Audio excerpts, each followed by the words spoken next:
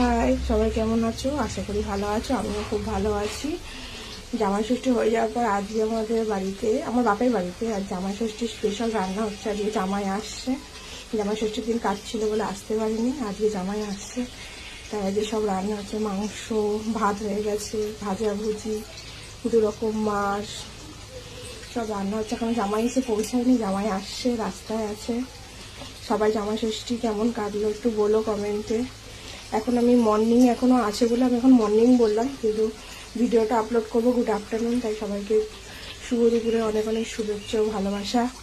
জামাই আসুক, তারপরে জামাইকে দেখাবো। জামাই ষষ্ঠী খেতে এসছে জামাই ষষ্ঠী হয়ে যাওয়ার 2 দিন পর। সবাই ভালো থেকো, সুস্থ থেকো। প্রচুর গরম পড়েছে, সাবধানে থেকো। আমার এই ছোট্ট মিনি ব্লগ দেখার জন্য সবাইকে অসংখ্য ধন্যবাদ ও ভালোবাসা। সবাই আমাকে একটু সাপোর্ট করো, আমিও সবাইকে সাপোর্ট করবো। Bye bye, thank you friend.